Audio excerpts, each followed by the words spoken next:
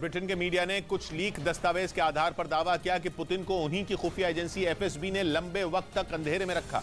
इन दस्तावेज में इस बात का जिक्र है कि रूस की खुफिया एजेंसी ने पुतिन को सिर्फ 3 दिन के अंदर यूक्रेन युद्ध जीतने का भरोसा दिया था।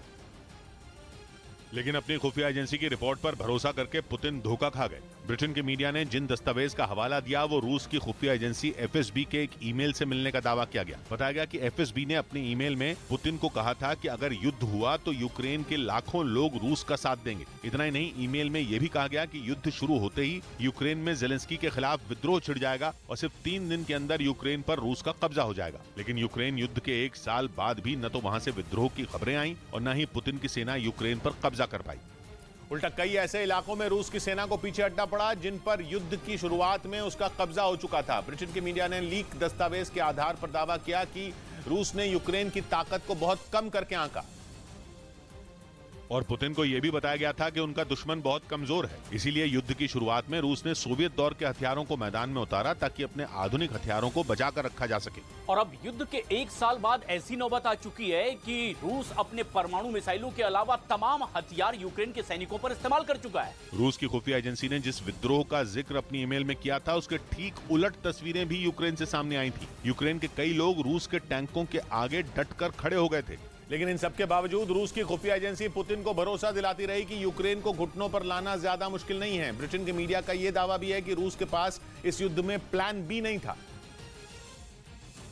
और इसकी सबसे बड़ी वजह थी पुतिन का अपनी खुफिया एजेंसी पर भरोसा। हालांकि ब्रिटेन के मीडिया के दावे के तहत पुतिन का वही भरोसा उनके लिए बड़ी मुसीबत बन गया। जिस युद्ध को 3 दिन में जीतने का ख्वाब पुतिन को दिखाया गया था उसको 1 साल बीत चुका है और अब तक पुतिन के हाथ कुछ भी नहीं लगा। हालांकि पश्चिमी मीडिया का दावा है कि 2014 में क्राइमिया पर कब्जे के बाद से ही पुतिन कीव पर हमले की योजना बना रहे थे। उसके लिए सही वक्त का इंतजार हो रहा था और खुफिया एजेंसियों को सटीक जानकारी जुटाने की जिम्मेदारी दी गई थी। लेकिन खुफिया एजेंसियों के अधिकारियों में पुतिन का डर इस कदर बैठा हुआ था कि उन्होंने पुतिन को वही बताया जो वो सुनना चाहते थे। इसलिए पुतिन का 3 दिन में यूक्रेन जीतने का सपना ही रह गया।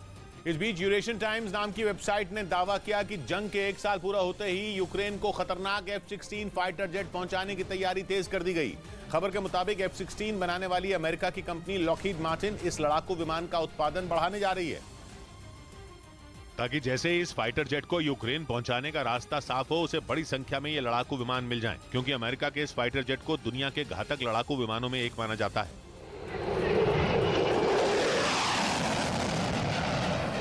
आसमान में इसकी गरज से ही दुश्मनों में खलबली मच जाती है। F-16 का वार इतना सटीक होता है कि दुश्मन पल भर में तबाह हो जाता है। इसी वजह से यूक्रेन लगातार अमेरिका से इस खतरनाक लड़ाकू विमान की मांग कर रहा है, क्योंकि वो भी ये मानता है कि एक बार अमेरिका का ये जांबाज जंग में उतर गया तो रूस के लिए मुसीबत बढ़ जाएगी। दावा है कि जल्द ही यूक्रेन को दर्जनों F-16 देने की तैयारी तेज हो गई है।